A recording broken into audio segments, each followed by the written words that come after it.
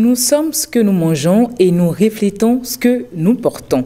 Et oui, fidèles téléspectateurs, je vous dis bonjour et bienvenue dans ce numéro de votre émission Le Rendez-vous de midi. Aujourd'hui, nous parlerons alimentation saine, nous parlerons également de style vestimentaire et nous parlerons, pour finir, de diplomatie. Nos invités sont déjà là. Nous avons le diplomate Théodore Loko qui est en place. Nous avons le nutritionniste Patrick Zivouedo et tout à l'heure, Regina Sani-Diegou sera également de la partie pour faire cette émission avec nous. Tout de suite, ce que nous allons faire, c'est d'installer une bonne musique avant de rentrer dans tout ce déballage.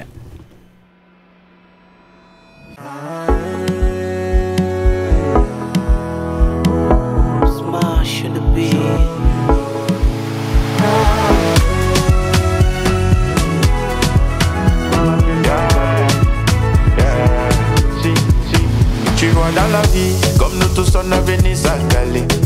On va rentrer s'encaler, personne va rester.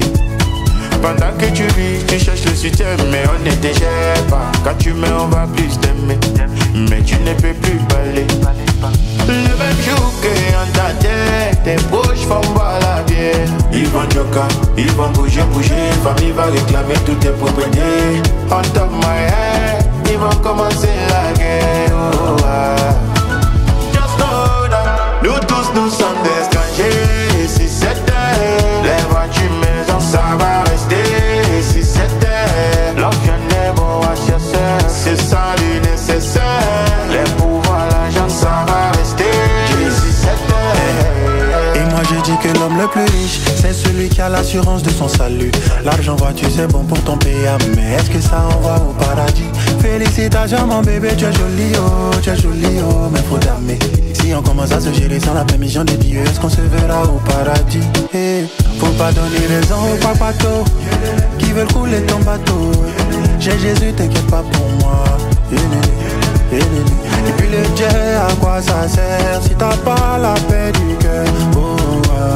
For wonderful, nous tous nous sommes des étrangers. Si c'était les voitures maison, ça va rester. Si c'était l'argent est beau à chercher, c'est ça le nécessaire. Les pouvoirs, l'argent, ça va rester. Si c'était. Tu vois dans la vie, comme nous tous on a venu s'encaler. On va rentrer s'encaler, personne va rester. Pendant que tu vis, tu cherches le soutien, mais on ne te gère pas. Quand tu mets, on va plus t'aimer, mais tu ne peux plus parler. Nous tous, nous sommes des étrangers. Si c'était les voitures maison, ça va rester. Si c'était l'argent est bon à chercher, c'est ça le nécessaire. Les pouvoirs, l'argent, ça va rester. Si c'était.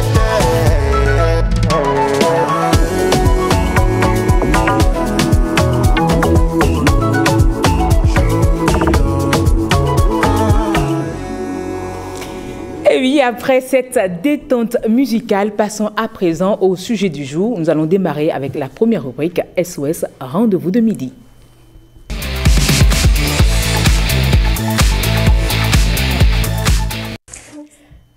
Moi, c'est Iris Biti. Je vous suis souvent sur l'émission de Rendez-vous de midi. La semaine passée, je vous ai suivi également et ils ont parlé de la lettre de créance. J'aimerais savoir c'est quoi la lettre de créance. Merci et à bientôt. Bon, Iris Betty a lancé le mot. C'est quoi la lettre de créance? C'est ce dont on va parler aujourd'hui.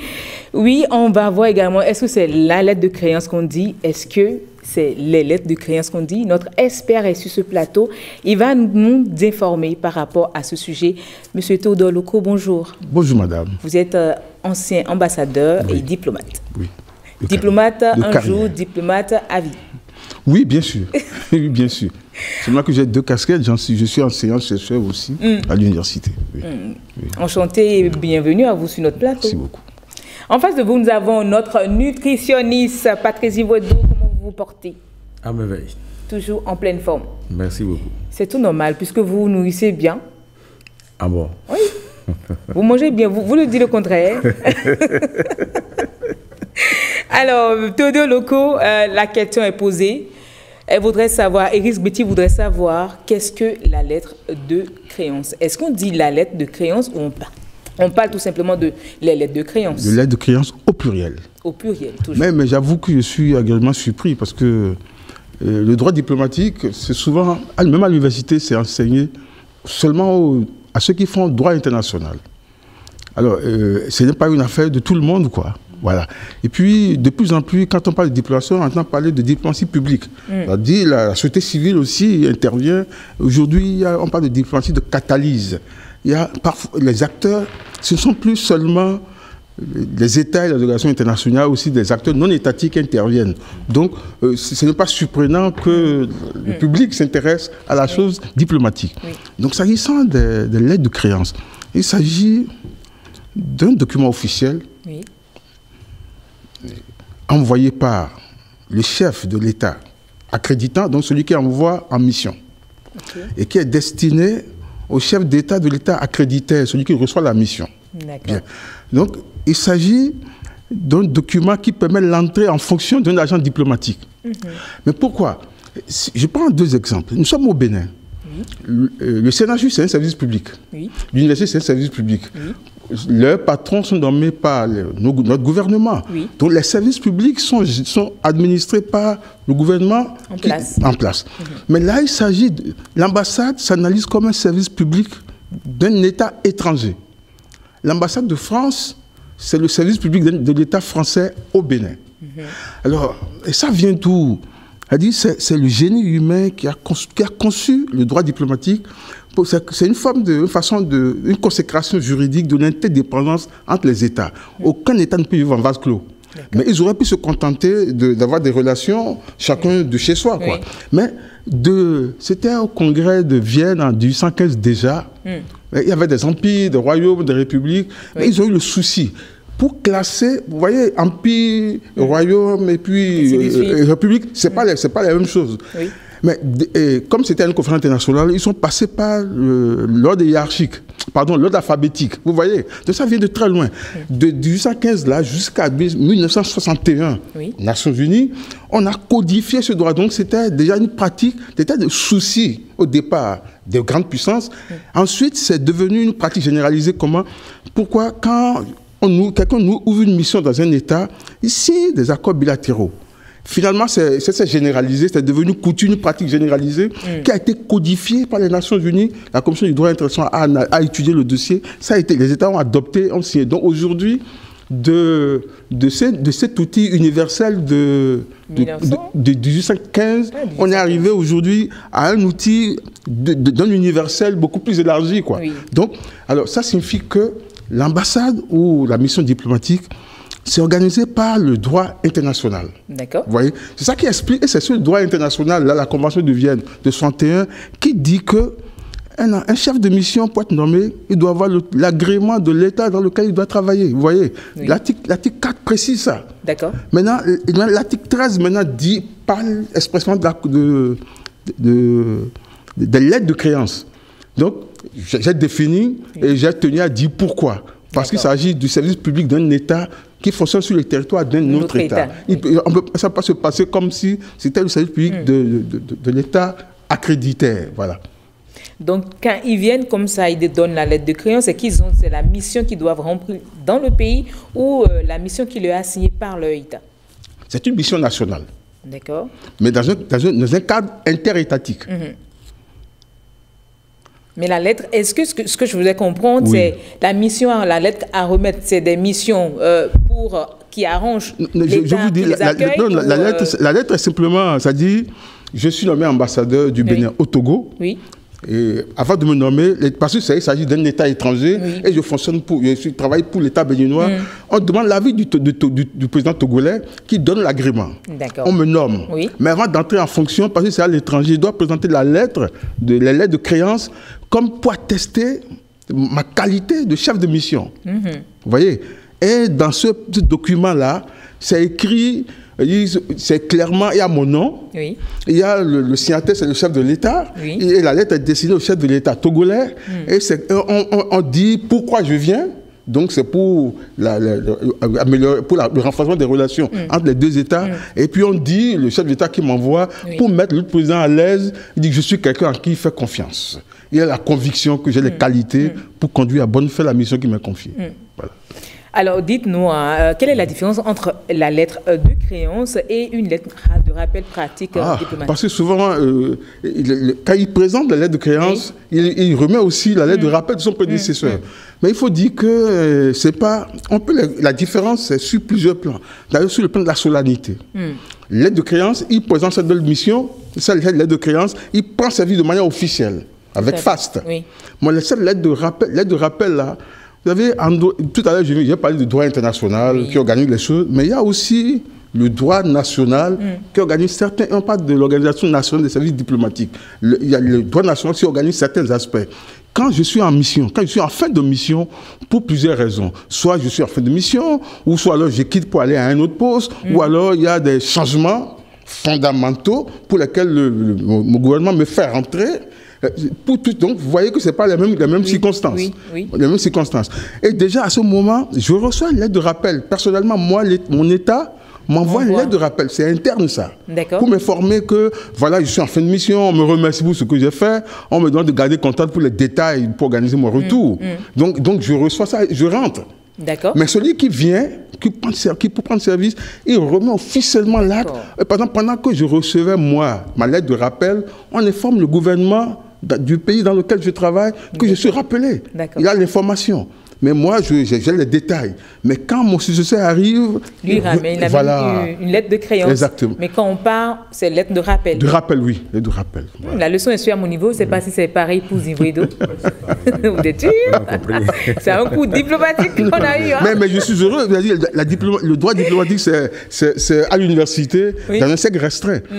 Quand vous écrivez un livre de droit diplomatique, vous ne vendez pas. Parce qu'ils ne sont pas nombreux ceux qui achètent. Maintenant que le public pose des questions sur le droit diplomatique... Qui ne veulent pas comprendre ou c'est parce que c'est un peu trop conséquent? Non, les gens, si on demande ce que c'est que la lettre de créance, on n'a jamais parlé, on n'a jamais posé des questions sur ce que nous vivons tous les jours au Bénin, en droit administratif par exemple, vous voyez. Donc il y a des choses qu'on ne comprend pas, on veut comprendre. Surtout, c'est important parce qu'aujourd'hui, les acteurs non étatiques interviennent dans la diplomatie. Quand on a créé la Cour pénale internationale, c'est les ONG, à partir de ce qu'on a vu à la Deuxième Guerre mondiale, plus jamais ça, la lutte contre l'impunité, c'est les ONG qui sont battus. Donc aujourd'hui, on parle de diplomatie publique, c'est-à-dire que la société civile, voilà, c'est ça. Voilà. Il faut avouer qu'elle a précisé dans sa question, c'est qu'elle a suivi l'émission. Et c'est la semaine passée, c'était dans le journal, on a parlé des lettres de créance qui a été remis au président. Donc, je suis sûre que notre téléspectatrice, c'est ce qu'elle a suivi. Elle veut bien comprendre c'est quoi cette lettre qu'on remet au président.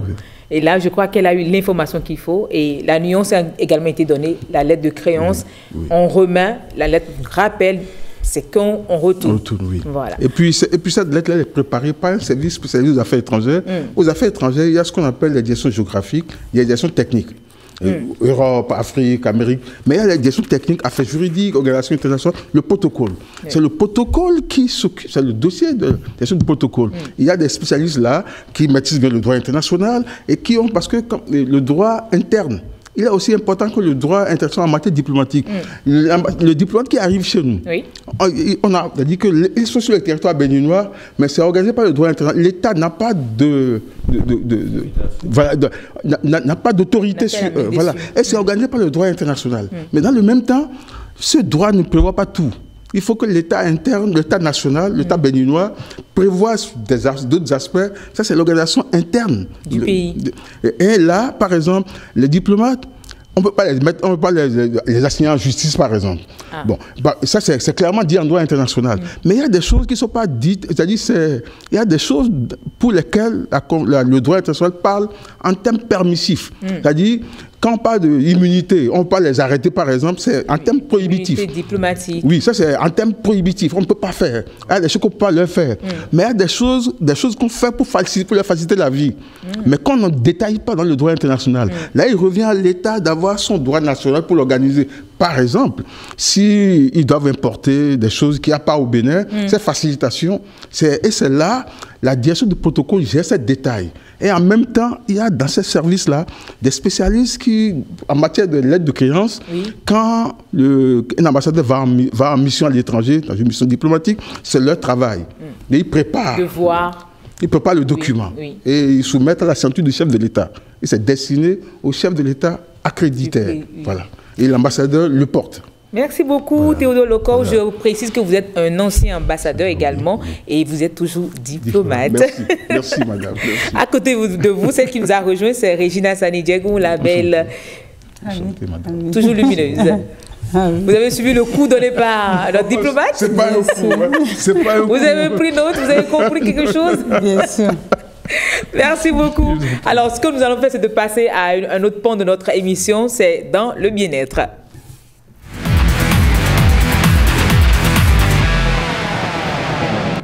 Et oui, il paraît que de bons plats commencent toujours par de bons ingrédients. Aujourd'hui, nous allons voir avec notre expert, notre nutritionniste, oui, comment préparer son bouillon bio. Parce que de plus en plus, nous avons les bouillons industriels. Qu'est-ce qu'elles contiennent? Oui, il y a quoi réellement dans les bouillons industriels? Vous avez du colorant, de l'additif, les osters de goût. Vous avez tellement de choses, on ne sait vraiment pas le contenu. Mais ici, sur ce plateau, il a promis nous faire préparer, nous apprendre à préparer notre bouillon nous-mêmes. C'est bien cela? Absolument. Il faut prendre de bons bouillons chez soi. Et pour éviter les problèmes allergiques, les constipations, les douleurs articulaires. Voilà, parce que nous avons tellement... L'OMS a recommandé 5 grammes de sel par jour. D'accord. Mais dans nos bouillons, tel que vous l'avez dit, ça dépasse les 5 grammes. Le bouillon industriel ou ce qu'on fait à la maison? Industriel. D'accord. Alors maintenant, ce qu'on fait à la maison, c'est ça qui est important. Parce que ce qui est industriel, ça nous expose à certaines maladies. Mais on ne s'arrive pas à se poser la question, on me dit, mais quelle est la cause de mon comportement alimentaire? N'importe quel restaurant, il y a toujours du bouillon. Donc, quand nous mangeons... C'est dans tout, bien dans certains. Dans les restaurants où ils écrivent sans cube. Non, c'est rare. Parce que tout le monde vise le profil du goût. C'est ça le problème. Parce que qu'on doit préparer pour tout un monde, quand ça dépasse 2-3 personnes, il faut forcément ajouter du bouillon industriel. Il y a des choses simples qu'on peut faire et ce serait très gustatif. Ou bien. Ouais. Et c'est ce que vous allez nous apprendre tout à l'heure. Il y a ce qu'on appelle les fruits de mer. Ah, ok. Ça a commencé. Commencez déjà par nous citer les ingrédients essentiels. Les fruits de mer, ça donne des allergies à certaines personnes. Ça dépend. Ça dépend quel type d'épices il faut mettre pour que l'allergie ne soit pas de trop. Et en pas tout cas, du tout. Je crois que sur ce plateau, on a parlé du citron pour atténuer quand c'est des crevettes. Oui, du citron, de l'ail et de laurier. Il y a aussi l'aneth. C'est une épice. Donnez tout ce qu'il y a comme ingrédients en même temps. Qu'on ne commence pas à noter. Ou bien, fidèles téléspectateurs, il faut commencer par prendre des notes. Quels sont les ingrédients pour faire son bouillon naturel? Bouillon naturel, il faut partir d'abord, si c'est les enfants, il faut prendre au moins 4 crevettes. D'accord, 4 crevettes fumées. Et il y a un poisson qu'on appelle tchawa. C'est le poisson frétin, très gustatif. Ou bien le poisson qu'on appelle... Doevi, non pas Doevi, il y a un autre là que les mineurs Doevi, c'est pas bon. Doevi, c'est bon, mais il faut enlever la tête. Oui, parce qu'il y a du sang. C'est souvent amer. Oui. Il y a Tchawa, il y a aussi Lizi. Voilà, Lizi. Ce qu'on appelle le bar. Chez les mineurs, c'est le bar. Et aussi le brochet. Voilà des poissons qui sont adaptés au bouillon, qui donnent du goût. Alors, quand je prends brochet, je prends au moins 20 grammes de brochet. Tout ça, là, c'est à peser. Il faut peser parce que... Parce que là, tout à l'heure, vous avez parlé en termes de nombre de crevettes à prendre. Voilà. Donc, c'était plus simple pour nous. Voilà, ce genre de poisson. Du bon doevi. Et ça, c'est tchawa ou bien brochet. Ça, c'est brochet. Ah, d'accord. Donc, je prends brochet, au moins 20 grammes de brochet. Après, j'ai le cardonome. Voilà, une épice que les hommes doivent aimer à consommer. On retrouve ça également au Bénin? Bien sûr. Et son nom? Nos Nigériens. Bon, c'est vraiment le nom au marché. Je vais faire la recherche et donner le nom. Mais je connais son nom en français. Ou carrément, mais en français, quand on le dit au marché, c'est compliqué. Oui, bon, bah, vous voyez, monsieur Vous dites le nom Cadet quoi? Pardon? Cadet quoi le nom? Cadonome. Cadonome. Oui, Okay. oui. C'est une bonne épice qui nettoie le côlon et l'estomac. Aussitôt quand tu manges, tu vides. Ok, donc attends, est-ce que c'est possible de le prendre même quand c'est pas... Non, c'est juste savoir si c'est forcément que ce soit épice. Je vous assure, si vous lui dites oui, elle va manger beaucoup de pain. Elle va manger beaucoup de pain. Non. Est-ce qu'on peut le prendre? Parce que souvent, c'est vrai de dire que c'est possible de le prendre avec de l'eau tiède le soir, effusion. se coucher en effusion, oui. Est-ce que c'est possible? C'est possible, mais il faut prendre au plus pas beaucoup. Pas beaucoup. Okay. Parce que c'est l'ennemi du cœur. Ouais. C'est l'ennemi du cœur. Il ne faut pas aussi prendre de trop. Okay. Est-ce que c'est tout le fruit qu'il faut prendre ou justement les graines à non, plus 10 graines. Okay. 10 graines, 20 grammes de poisson et 15 grammes de crevettes et 7 de limaya au plus 4 grammes. Ça également tout ça au marché, les sels roses là? Oui, on trouve ça au marché. Au supermarché carrément. Ouais. Vous êtes sûr qu'on va trouver les sels roses au marché? Moi, je n'ai jamais trouvé. Moi, et le blanc, le jaune, mais rose. Bon, le blanc, on peut trouver le blanc qui a l'aspect de rose. Oui. C'est aussi bon. C'est ça qu'on appelle djegbadi de chez nous. Voilà. De bonne source, hein. Parce que c'est... Ce qui est blanc, c'est pas bon. C'est pas bon. Ça, là, maintenant, c'est du sel de l'Himalaya. Et c'est très bon. Même seul à croquer, avec de l'eau tiède, ça vide le côlon, naturellement. Donc, vous prenez 20 grammes de poisson, et 15 grammes de crevettes, et au moins 5 grammes de cadonome. C'est à faire le grammage là. Je t'assure. Oui, grammage. Il faut déjà écrire. C'est ça que ça vous le non. On va acheter, là, à l'heure actuelle, il faut acheter ces pèses. Tout ça là. Vous allez acheter des pèses. Dans le grammage, grammage, ça vous permet de ne pas avoir les calculs rénaux. Oui, je comprends, mais est-ce qu'il n'y a pas autre chose pour dire, par exemple, pincer comme ça? Oui, des trucs comme ça, parce qu'il y a fait de grammage là. Et ça là, tout le monde va se perdre. Ou bien l'alternative, on peut citer les ingrédients, mais à table, vous mettez l'ensemble 5 pincées. À table? À table. Donc, en fait, les épices là, on va les mettre à table. C'est à table, ça ne va pas au feu.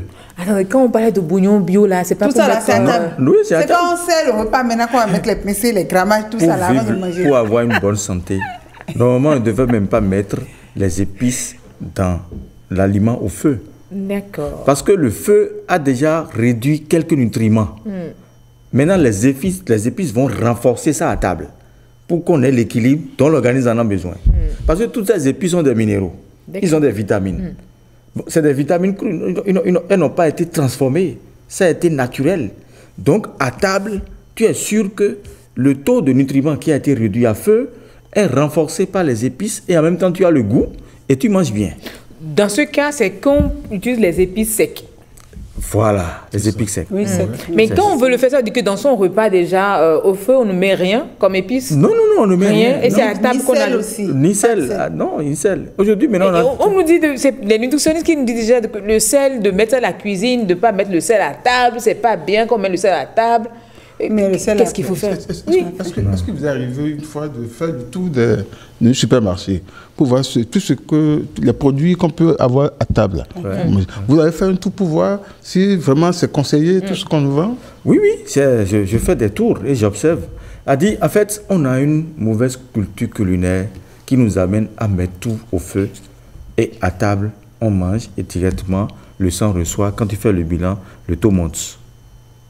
Donc, en fait, non, je pense que c'est un réflexe. C'est qu'il y a des choses qu'on propose dans les supermarchés qu'on peut utiliser à table directement. Oui, c'est ça, non? Oui.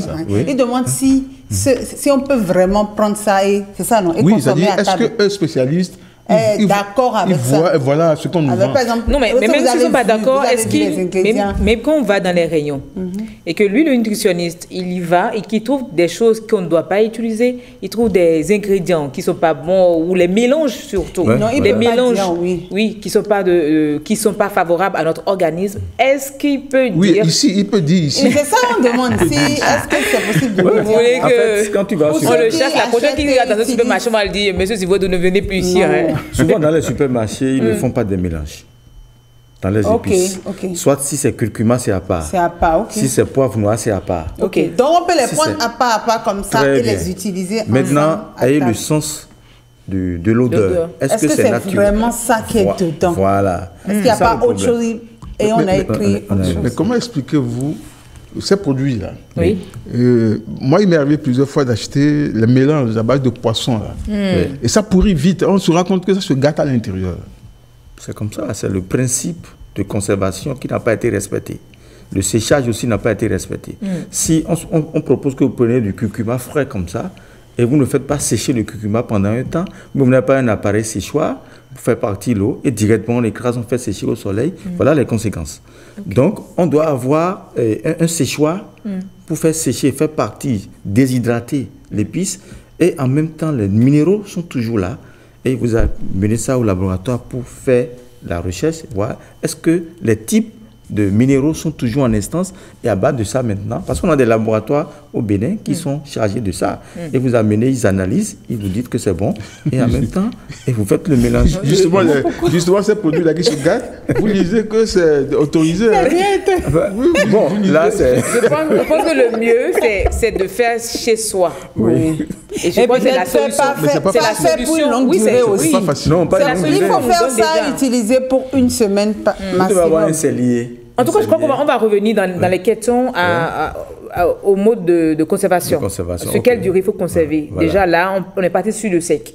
Voilà, et si on avait ce qui est moulu avec l'eau, on aurait aussi, on verrait. Mais là, on parle uniquement des bouillons bio et secs. Oui. C'est bien cela. Bien cela. Mais non, on a commencé par dire 20 grammes de crevettes, 20 grammes de non, donc, 15 grammes de crevettes, 20 grammes de poisson. Ok, donc je revois 15 grammes de crevettes. Mais c'est pas moi je reviens sur ma question. C'est pas possible de parler en termes de pincée. Oui, mais en attendant, avant d'aller au pincé, avant qu'on fasse des pincées sur son repas, il faut déjà qu'on connaisse déjà la composition. Oui, donc arrête avec... Non, mais composons déjà. Il y a des gens qui vont respecter, justement. Okay, nous, peut-être pas, mais il y a d'autres qui nous suivent, qui ont envie de respecter. Que sur 100 béninois, il y a seulement 10 qui vont respecter ton histoire. Je connais qui respectent. Oui. Pour pallier à ce qu'il y a actuellement, il faut nous parler de pincées. Là, c'est pratique. On va faire les deux. Oh, c'est pratique ou pratique?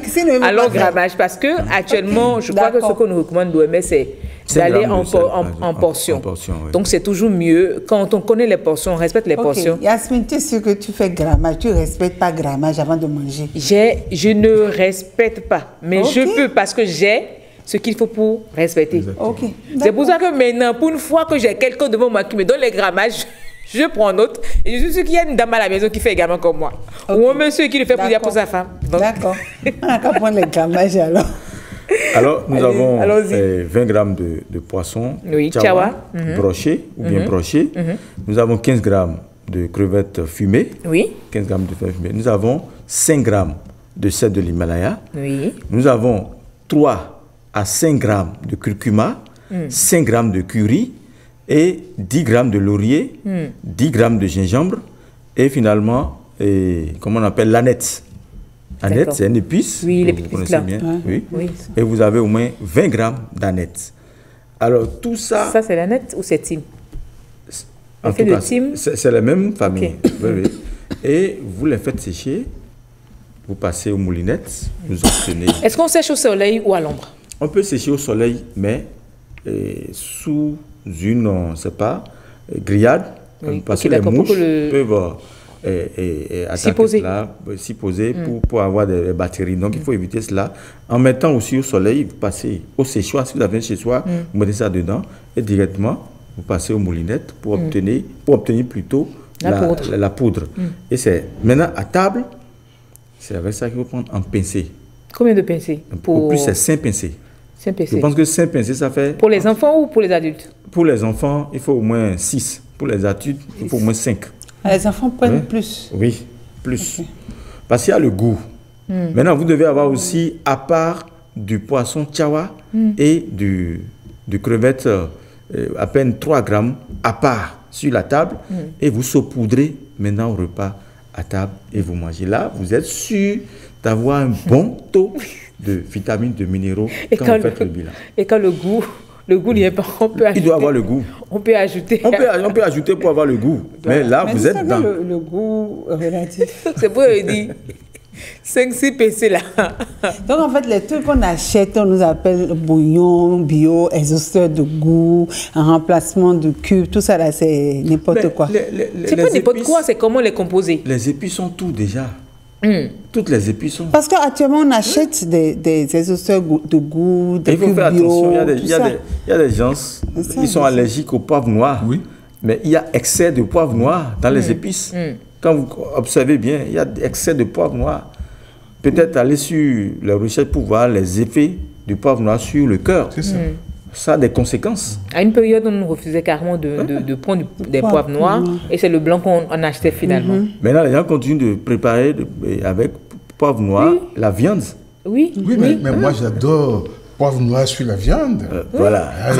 Il y a l'odeur en fait. Il y a l'odeur quand vous sentez ça. l'odeur. Donc du coup, et puis ça fait vite partie l'odeur de la viande. Bien sûr, il y a ça. C'est ça. Bon, là, par exemple, Cadonome peut remplacer le poivre noir. Mais en quelle quantité? Parce que là aussi, vous avez dit que c'est l'ennemi du cœur. 4 graines.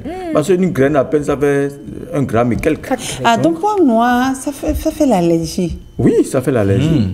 Ça, en tout cas, non, franchement, c'est tout ce qui me donne l'allergie. Elle développe beaucoup d'allergies. Et du coup, madame veut savoir qu'est-ce qui fait l'allergie, oui. Pour l'enlever, finalement, on ne va rien manger en fait. Non, mais non, poivre. Finalement, on ne va rien manger. Non, on va manger. Non, il faut manger en portions par rapport à ton âge. C'est très important. Plus tu grandis, mais plus tu manges comme un enfant de 50, un enfant de 50-30 ans, mais tu auras des problèmes de santé. Donc, il faut toujours chronométrer son alimentation. Écoute, tu achètes un véhicule qui coûte cher. Et tu veux que le véhicule soit toujours en forme. Qu'est-ce qu'il faut faire à ce véhicule? Il faut l'entretenir. Oui, l'entretien. C'est comme ça l'homme. Quelqu'un a dit, pour éviter tout problème, il y a beaucoup de mauvais mécaniciens malheureusement. Oui. Comment tu vas éviter de manger? Oui, on va éviter de manger. Façon de dire, si tu manges la laisse. Si tu manges la laisse, on va boire de l'eau. On va boire de l'eau et dormir.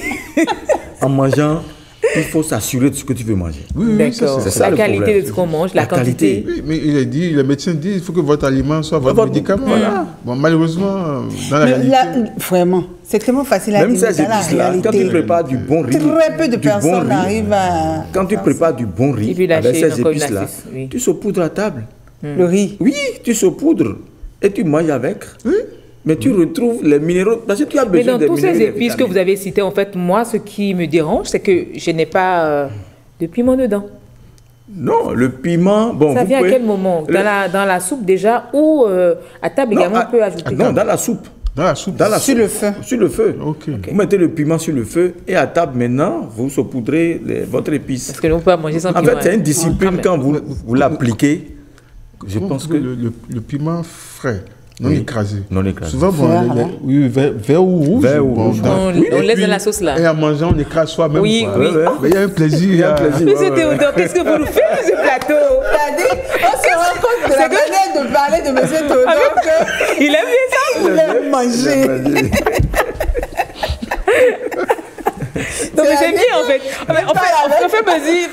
La manière de lui présenter ça, en fait, chacun ressentait ça. J'ai dit, le piment qu'on met et on écrase ça. Ah ouais, je suis sûre qu'à la maison, il y a des gens qui l'essaient déjà. Oui. Ouais, surtout quand on fait le riz blanc avec la sauce tomate, avec du poisson frais. Poisson frais, voilà. Et le piment que vous mettez dessus là.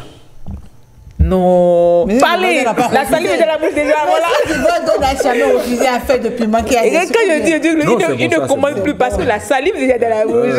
Il ne peut plus parler. Est-ce que je dois être d'accord avec ça? Ah oui, il faut toujours bien manger. Il faut bien manger. Et pour bien manger, il faut des bouillons bio à table. Là, on veut te proposer des bouillons qu'on peut utiliser à table. Et ça évite les batteries, les infections. Ça maintient les non, on conserve ça là, le mélange dont vous venez de parler là. On doit conserver pendant combien de temps la conservation? Si c'est sec, c'est au plus 3 à 6 mois. Ah, ça peut aller jusqu'à 6 mois? Bien sûr. Même pour le poisson parce que le Cadonome, il est un conservateur. Le sel de l'Himalaya est un conservateur. Ok. On ne met pas au frais, on garde sec seulement pour 6 mois. Même le poisson, parce que là, il y a du poisson tchawa, il y a des crevettes dedans. Voilà. Ça ne va pas. Moi, j'ai l'impression qu'il y a des fourmis qui tournent. Non, il y a des même pas les fourmis, même à force d'ouvrir, de refermer, on sent que ce n'est plus si frais que ça, ce n'est plus bien sec. Il y a des avec le temps, ça pousse même des champignons. Il y a des celliers qui ont des orifices, vous les fermez. Ok. Et tout juste, vous saupoudrez comme ça. Et après, on referme. Vous refermez. Mais si c'est en froid, alors vous mettez le sel de l'Himalaya et du curcuma, un peu d'huile d'olive, vous mettez ça au frais. D'accord. Sel de l'Himalaya, l'huile d'olive et un peu de curcuma, vous mettez ça, vous mélangez, vous mettez ça au frais pour conserver au frais et non au congélateur, au frais. Et là, au plus, c'est 2 semaines. Là, c'est dans les manches des frigos. Hein. Oui, au plus, c'est 2 semaines, vous finissez ça, vous reprenez votre mélange. Ou bien vous avez là, c'est le mélange pas sec. Hein? Non, pas sec. Oui, parce que vous avez parlé d'huile d'olive qu'on ajoute. Oui. Mais il y a un aspect, santé publique quand même. Et vous, spécialiste, est-ce que vous avez l'occasion de parler dans les écoles où on forme les cuisiniers? Parce que moi, je me suis rendu compte d'une chose, et toutes les fois qu'on recrute un cuisinier à la maison, mon époux doit être en train de parler, de dire ceci, on n'est jamais satisfait. Et puis ces choses-là ne sont pas maîtrisées. C'est comme je crois que ça commence pas à changer. Ça commence pas à changer. Avec dans les cantines. Oui, de plus en plus, les nutritionnistes, sont regardants dans les écoles même. Vous voyez des directeurs, ils prennent des nutritionnistes dans les écoles pour vérifier, contrôler. Oui. Je connais des écoles comme ça. Mais les cuisiniers qu'on forme. Oui. Par exemple, faire la nourriture. Puisque c'est une formation. Oui, mais c'est pas évident. Non, ça se fait. Dans les cantines, est-ce qu'elles n'utilisent pas les cubes pour les enfants? Bon, ça là, c'est... Bon. On ne pourra pas en parler. Au risque de faire de la mauvaise publicité pour certains, on laisse, on n'en parle pas. Je crois que ce qu'on va faire... Pour ça, c'est compliqué de laisser les enfants manger à la cantine. Mais ça, c'est quand même santé publique. Hein, c'est toujours, c'est toujours mieux de cuisiner chez soi, de faire ses bouillons soi-même, de faire son repas soi-même. On est sûr de ce qu'on mange. Parce que, bon, malheureusement, quand on quitte la maison, on n'a pas le temps de faire ce qu'on doit manger, parfois. Et on est obligé de... Mais il faut savoir faire son choix. Moi, parfois, je commande le repas de ce côté pour m'assurer de ne pas manger des bouillons. La dernière fois, c'était en direct que M. Simwedo nous a promis, où les gens ont fini par déguster avec moi notre grillade. Il faut que je vous recontacte après pour ça. Ah, il n'y a pas de souci. Il n'y a pas de souci. Mais dans les coulisses, en même temps, vous pouvez le voir en même temps. Parce que quand ça va, tout va. Ah oui, voilà. C'est vrai. Et on est plus diplomate que soi-même. Monsieur Simwedo, vous parlez maintenant avec diplomatie. Alors, fidèles téléspectateurs, j'espère que vous nous suivez, que vous avez pris des notes avec le bien-être où on vous proposait une solution maison pour faire ces bouillons bio. Aujourd'hui, nous allons donner des astuces. Simwedo doit donner ses astuces. Suivez à nouveau. Si vous n'avez pas pu prendre note à temps, suivez, resuivez l'émission. S'il le faut, allez sur YouTube. Cliquez, regardez, mettez pause à chaque fois, prenez note, essayez et vous verrez que bien manger, c'est mieux se porter. Est-ce qu'on a, puisqu'on a parlé de porter, et on va voir ce qu'on peut porter quand on est en jean. C'est dans Mode Beauté.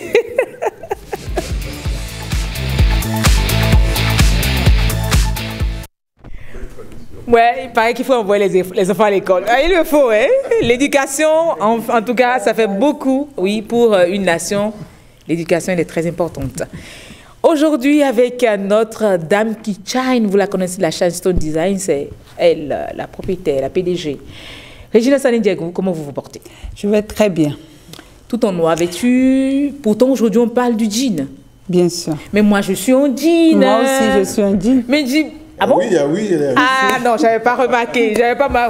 Je voulais la tasser, mais bon, c'est bon. Je suis en jean et je me porte très bien. Ça se va. Après les bouillons de M. Simwedo. C'est d'abord l'esprit. C'est d'abord l'esprit.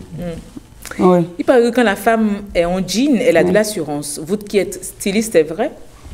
Bien sûr, je pense que ce soit le jean, que ce soit autre chose, quand la femme est bien habillée, elle a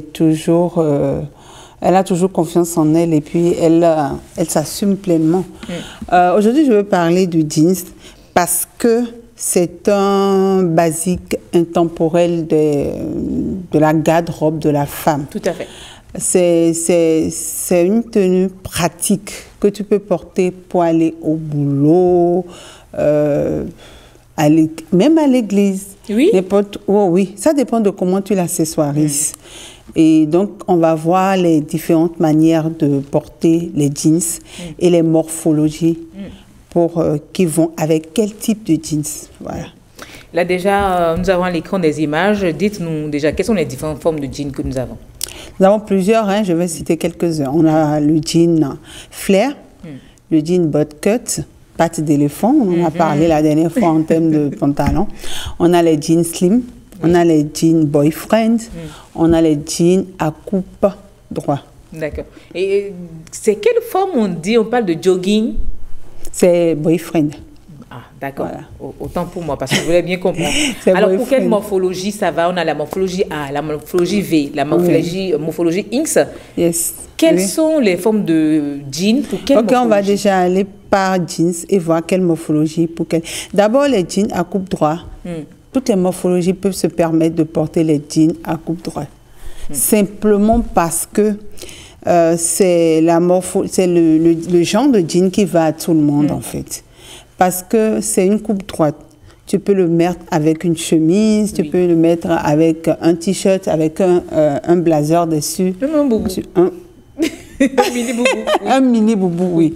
Un mini boubou. Mais j'aime beaucoup plus les mini boubous avec les jeans slim que les jeans coupe droit. Voilà.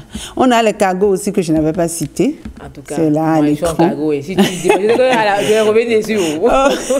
Voilà, donc les coupes droits vont à tout le monde. Les coupes slim, par contre, vont seulement aux femmes minces. Simplement parce que lorsque tu es déjà, comme monsieur Zivoye dit, en surpoids. Qui vous a indiqué la pâte là, c'est du surpoids? En tout cas, c'est M. Zivoye qui dit ça. M. Zivoye dit c'est surpoids, non? M. Zivoye dit c'est du surpoids. C'est du surpoids. Vous confirmez sur le plateau. Vous avez des choses, on va régler. Lorsque tu es déjà en surpoids, bon, ok, lorsque vous avez une forme généreuse, voilà, c'est mieux. Il faut éviter de porter les jeans slim, parce qu'en fait, ça donne un effet boudiné, comme si ce n'est pas votre taille, donc c'est pas beau comme à avoir voir. Un gros ventre et porter un corset. Tu reviens sur ça de corset, donc c'est pas beau à voir. Parce qu'en fait, sans le savoir, tout peut lâcher à un moment donné. Voilà, on a l'impression que tu n'es pas à l'aise, ça donne une sensation d'inconfortabilité. On a l'impression de souffrir. De souffrir, et donc c'est pas la peine, voilà. Donc c'est pour les personnes minces, les jeans slim. Voilà. Maintenant, les jeans, j'ai parlé des jeans flares. Les jeans flares, c'est les jeans qui, en haut, au niveau du bassin, ça galbe la silhouette, la forme, mais en bas, ça va un peu en évasé. C'est large, un peu large. C'est comme le palazzo? Un peu comme le palazzo, mais c'est beaucoup plus dessiné que le palazzo, en fait. Voilà. Et ce que je peux donner comme conseil, ça d'abord, c'est des jeans qui vont aux femmes élancées. Ouais, élancées. Maintenant, si tu n'es pas élancé, que tu as envie de mettre ça, il faut le mettre avec un talon, avec des chaussures à talons. Il ne faut pas le mettre avec les baskets. Parce que, en fait, l'effet large du bas va te boudiner. Ça va donner l'effet, ça va te tasser. Et quand on te verra, on verra en même temps que tu... Voilà.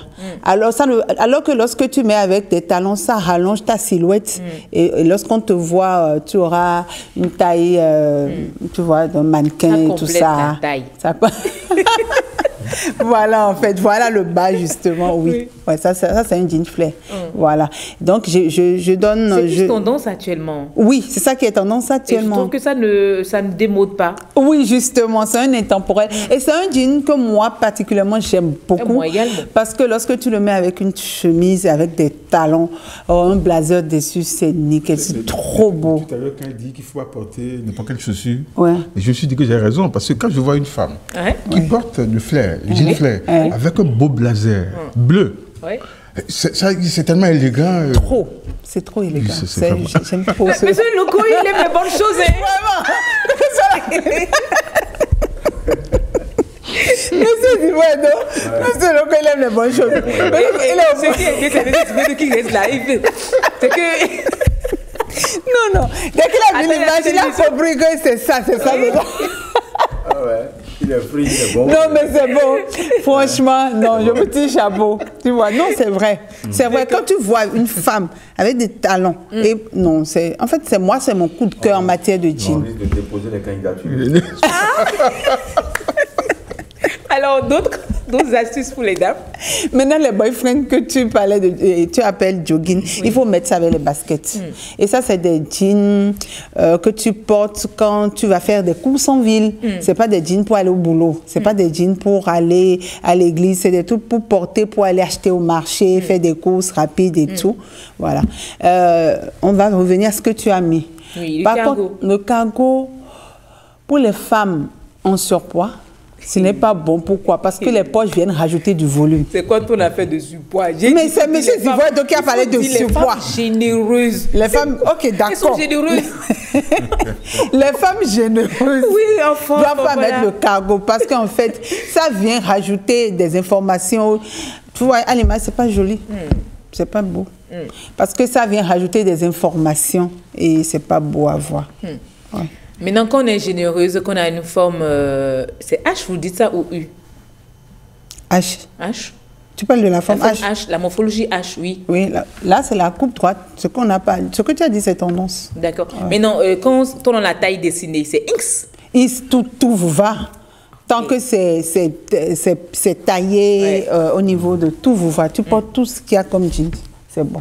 C'est beau. Je t'ai toujours dit, la morphologie Is et la morphologie 8, c'est rare de voir quelque chose qui ne va pas. Mais on a tout. Tu vois là, dans l'image qui est passée, c'était un boyfriend, mais la personne a mis des baskets dessus, c'est trop beau. C'est beau quand c'est comme ça. C'est tellement joli, c'est du cargo, hein? Là, non, là, c'est boyfriend, avec des baskets. Tu vas partout avec. Surtout que quand le bas, il y a des élastiques en bas, là, tu peux même remonter ça. Oui. Ça donne encore un genre. Même quand c'est une mémé de 90 ans qui porte là, elle est toujours... J'ai jamais vu ça, hein, porté par une mémé. C'est bizarre. Je vais t'envoyer des photos. Comme ça. Au Bénin ici ou à l'extérieur? Au Bénin. Oui, mais généralement, c'est des gens qui ont fait là-bas. Oui, sinon au Bénin, nos mamans, là, nos mémés... Parfois, là, ils portent des culottes. Oui, en bon, le rendez-vous de midi. On est midi. Là. Tout à l'heure, on a parlé de riz, de poisson, de piment. Tout ça. Je crois que les téléspectateurs ont envie d'aller manger. Merci Régina pour ces informations par rapport aux jeans. Je sais qu'on n'a pas tout abordé. On aura le temps une autre fois pour voir. Mais comme l'a dit Monsieur Loco, oui. Le jean qui va beaucoup aux femmes et qui est vraiment mon coup de cœur, c'est le jean flair. Quand c'est bien porté avec les talons, c'est trop beau. C'est trop beau. On va en reparler derrière les caméras. Ah, derrière les caméras. Il y a beaucoup de choses à dire, mais le temps est parti. Malheureusement, fidèles téléspectateurs, vous avez suivi sur ce plateau, nous avons parlé de diplomatie, de lettres, de créances. Nous avons parlé également d'alimentation saine. Comment faire sa recette de bouillon bio à la maison. Nous avons également parlé des jeans. Comment porter ces jeans selon sa morphologie. Il paraît que le jeans flair, c'est ce qui fait tendance et ça dure dans le temps. Et quand on est avec des talons, c'est toujours élégant. Essayez d'être toujours élégant quand vous vous habillez. Essayez de toujours bien manger. Essayez toujours de bien vous tenir avec diplomatie. C'est sur ces mots que je vous dis bon appétit, portez-vous bien. À très bientôt.